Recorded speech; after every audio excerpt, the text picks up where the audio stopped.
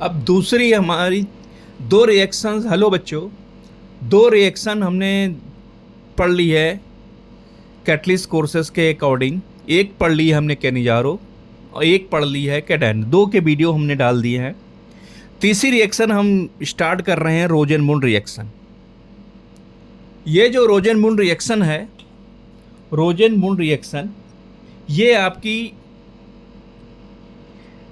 Use होगी preparation of aldehyde को, aldehyde के फॉर्मेशन पे आपकी ये यूज होगी।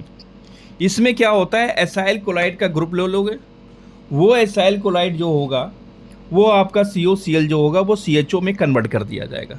ये बहुत इंपॉर्टेंट रिएक्शंस है क्योंकि COCl एक रिएक्टिव कंपाउंड है, उसको CHO पे रोकना बहुत ही मुश्किल है। इसका मतलब रिडक्शन तो कराया जा रहा है, रिडक्शन कराने के लिए हाइड्रोजन आ रहा है तो इसका रिडक्शन तो हो रहा है, लेकिन आपको ये भी ध्यान रखना पड़ेगा रिडक्शन मल्टीपल बॉन्ड पे नहीं कराना है, हमें फंक्शन ग्रुप को चेंज करके CHO लाना है। इसका मतलब हम एक नॉर्मल कैटलिस्ट यूज नहीं कर सकते हैं, क्योंकि अगर नॉर्मल मान लीजिए हमने यहाँ पे PD यूज कर लिया तो वो पहले रिड्यूस करेगा इसको, फिर इसके आगे, फिर इसके आगे, फिर इसके आगे, यानी एक तरीके से वो डिफरेंट टाइप के प्रोडक्ट दे देगा। और हमारा मेन पर्पज क्या है रोजेनमुंड रिएक्शंस के अकॉर्डिंग बच्चों, कि हम रोजेनमुंड रिएक्शंस ये चाहते हैं कि हमारा केवल CHO बने, कोई भी साइड कंपाउंड ना बने। तो हमने यूज किया कैटलिस्ट PDBSO4।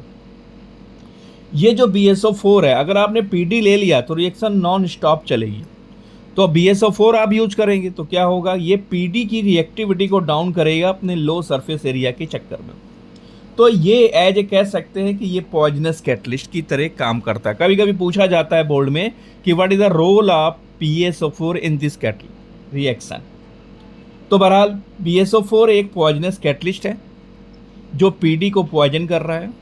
अगर आगे रिएक्शन और एक्टिवेट ना हो तो उसको और डीएक्टिवेट करने के लिए हम एक्स्ट्रा यूज कर लेते हैं क्यूनोलिन सल्फर बॉयल जालिन के साथ, रिफ्लेक्स कराते हैं 74 से 81% के बीच में। अब रिएक्शन करेंगे कैसे, बोर्ड के लेवल पे हमें मैकेनिज्म की नीड नहीं है, सिंपल है, जहाँ COCl होगा वहाँ पे आप CHO ले आएंगे। कैसे लाएंगे, जैसे ये COCl है एस्टाइल कोलाइड, आप सिंपल COCl रोजेनमुंड की जगह CHO ले आइए। यहाँ पे COCl है तो यहाँ पे CHO ले आए। आपने केमिकल क्या यूज किया, PDBSO4 बॉयल जालिन सल्फर। अगर हम फॉर्मिल क्लोराइड ले लें तो सोचे कि हम CHO बना लें इस रिएक्शंस के अकॉर्डिंग, तो नहीं बनेगा।